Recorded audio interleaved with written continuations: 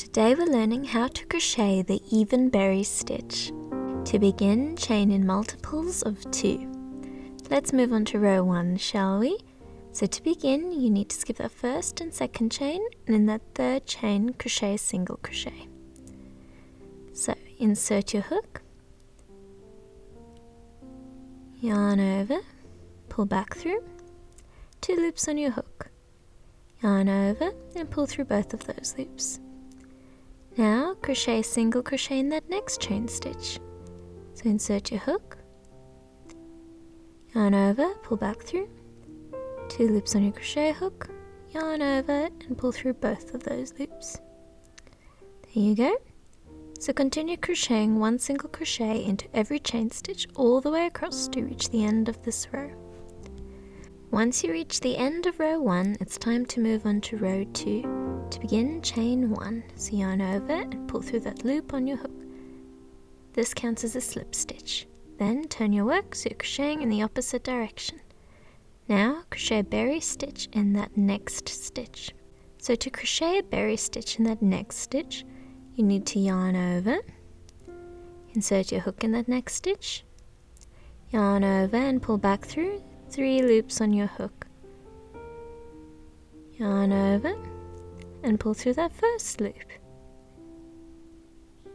3 loops left on your hook, yarn over, insert your hook in that same stitch, yarn over, pull back through, should have 5 loops on your crochet hook, yarn over, pull through that first loop, you should have 5 loops on your crochet hook.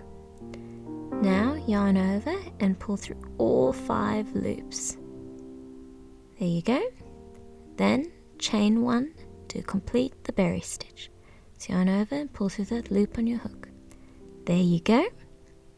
Now crochet a slip stitch in that next stitch.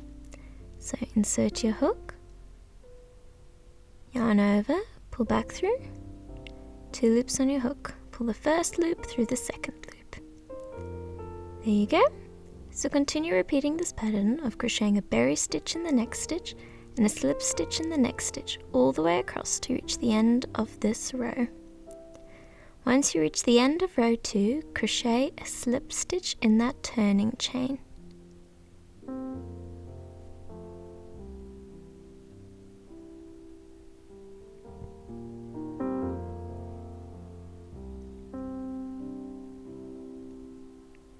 There you go. Time to move on to row 3. To begin, chain 2. So 1, 2. Then turn your work so you're crocheting in the opposite direction. Now you'll want to crochet a slip stitch in the top of that next berry stitch. So you'll want to insert your hook in the top of the berry stitch, yarn over, pull back through, 2 loops on your hook, pull the first loop through the second loop. Then crochet a single crochet in that next slip stitch. This can be a bit tricky to see, but there you go. Insert your hook, yarn over, pull back through, 2 loops on your hook, yarn over and pull through both of those loops.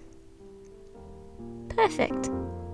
So you'll want to continue repeating this pattern of crocheting a slip stitch in the next berry stitch and a single crochet in the next slip stitch, all the way across till you reach the very end of this row. Once you reach the end of row 3, crochet a single crochet in that turning chain.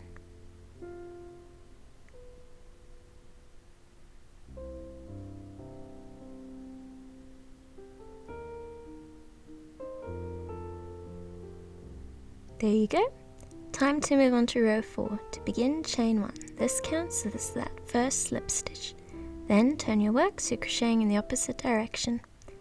Now crochet your next berry stitch in that next slip stitch.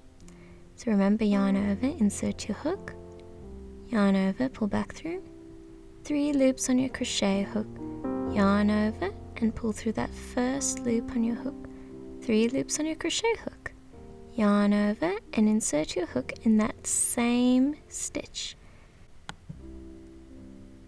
yarn over and pull back through.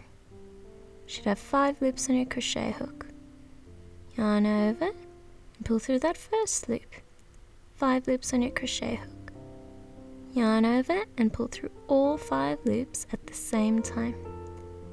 There you go. Now chain 1. So yarn over, pull through that loop on your hook. So that completes the berry stitch. Then crochet a slip stitch in that next single crochet. So insert your hook, yarn over, pull back through, 2 loops on your hook, pull the first loop through the second loop. Great! Now continue repeating the pattern of crocheting a berry stitch in that next slip stitch and a slip stitch in that next single crochet, all the way across till you reach the end of this row. Once you reach the end of this row, crochet a slip stitch in that turning chain.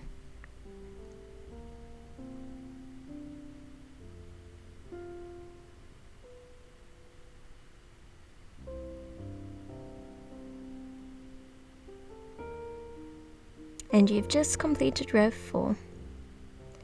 So you'll want to continue repeating row 3 and 4 until you've reached your desired length.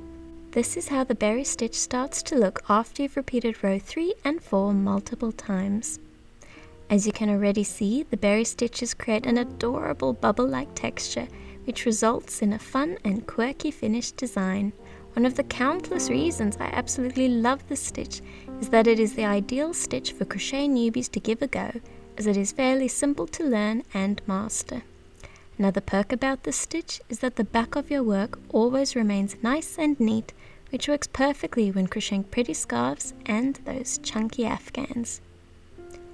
Be sure to check out my blog, hopefulhoney.com, for lots of free crochet patterns. If you enjoyed this tutorial, please thumbs it up, share and subscribe.